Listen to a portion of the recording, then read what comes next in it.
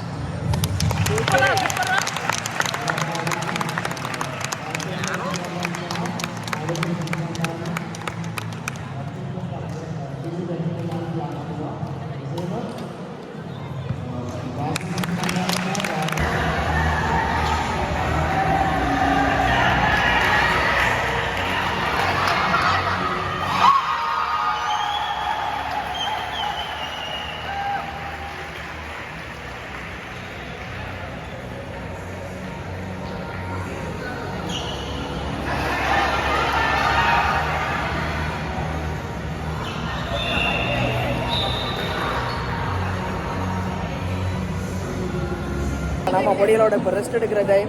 இங்கே பாருங்க, ஆக்களை பாருங்க, நாங்கள் நிற்கிறார் பழைய வீடியோக்கள் அமர்ந்தாங்க.